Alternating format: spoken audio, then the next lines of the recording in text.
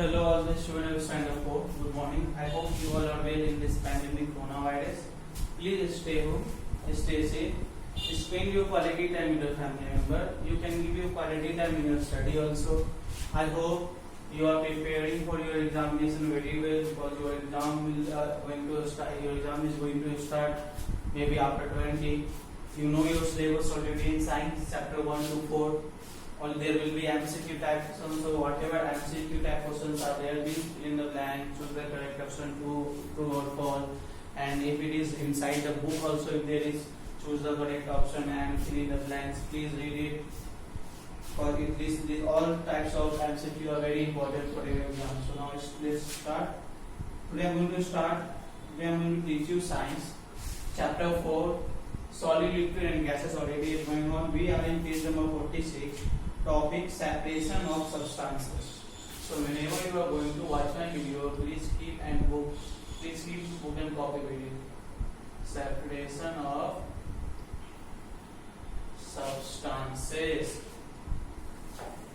Now soluble substances can be separated from their solution, and insoluble substances can be separated from their mixture in the following way. Means whatever soluble substances are there, they can be separated from their solution, and whatever insoluble substances are there, they can be separated from their mixture. So 101 means it means to say if we if we add sugar into the water, the sugar is solute, water is solvent. So when we add, it changes into a solution.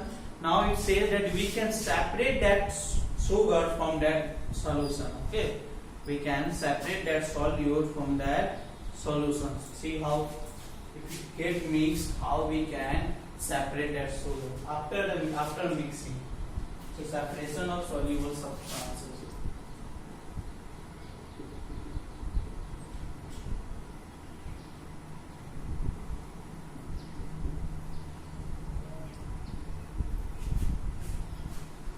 So it is by the process of heating. So soluble substances can be separated from their solution by heating. For example, sugar can be separated from a sugar solution by heating. The water changes to steam on heating and leaves behind a sugar particle. Okay, if you have mixed sugar into the water, okay, then in that solution we can separate the sugar. How? When you will heat, just take that sugar solution and heat on your gas stove. What you will find, whatever water will be there, it will change into steam and it will left all sugar particles. So we can separate soluble substance also from a solution. So it can be separated by the process of heating. Example, sugar can be separated from a sugar solution by heating. What will happen in this process? The water changes to steam. Water changes when you will heat it. Whatever water will present in the mixture of sugar solution, that water will changes to steam and leaves behind. What it will leave? It will leaves behind sugar particle. Okay. So after mixing a sugar into water, you will get your sugar back also. How? Then by the process of this heating. Okay. Now we will see separation of insoluble substances. Separation of insoluble substances. Now insoluble substances are sand. Okay. Insoluble substances we have already read there is sand is there, wax, sand and wax, these all are insoluble substances. Okay, why? Because they are very light in color. So when you will mix, they will float on the surface of the water. Now, insoluble substances can be separated from a mixture by filtration, sedimentation, and decantation. Okay. Now, it can be separated by the process of filtration, sedimentation, and decantation. Okay, it can be separated by the process of filtration, sedimentation, and decantation. Now, 101 will read about this. The first will read about sedimentation. Okay.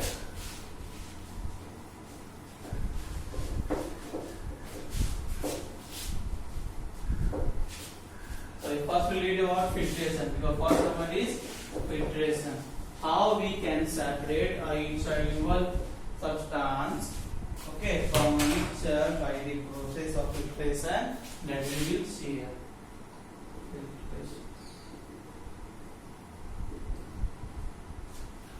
So it is a process by which insoluble substances can be separated from a mixture using a filter paper. Okay, we can use a filter paper. So here is the process also, how you will make a filter paper, how you will fold a filter paper. So filter paper is a special paper that has tiny holes through which only liquids can pass. Okay, filter paper, or you can use that wire net also, very, because it also allow only water to pass. It not allow other particles to allow from the. You can use a net one also. Okay, like sometimes you use in your home to pouring oil. Okay, so or you can use the filter paper. Just take a filter paper. And now filter paper will be that circle size. Okay, so what you will do, first you have to fold it. First you have to fold the filter paper in this way. Okay, after folding it will change into this way. Okay, and again you have to fold it by this way. After again folding, your filter paper will change this way.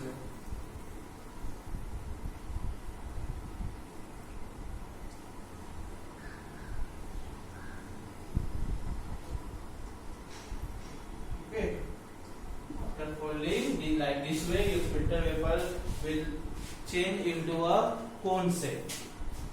So when a mixture of sand and water is poured onto a filter paper, only the water passes through it. The sand particles are left behind on the filter paper. Similarly, chalk and sawdust can be separated from the water by the same method. Okay, so in this process, actually, when you will use this filter paper has very tiny hole. It allows only water particles. Okay, it allows only water particles, and whatever the insoluble particles will be there, it will left on the surface of the filter paper. It will not go inside. It will not go inside the filter paper because it allows only water due to its tiny holes. So, insoluble particles can be separated. Okay, insoluble particles can be separated from a mixture. Okay, using a filtered paper. What is a filter paper? So filter paper, okay, is a special paper that has tiny holes which allows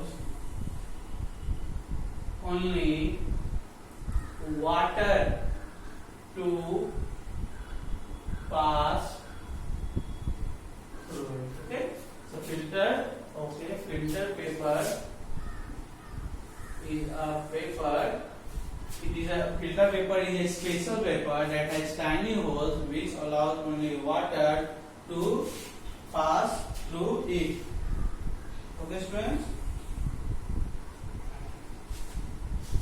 So now next, whatever next line is there, that I will explain in lecture number 2.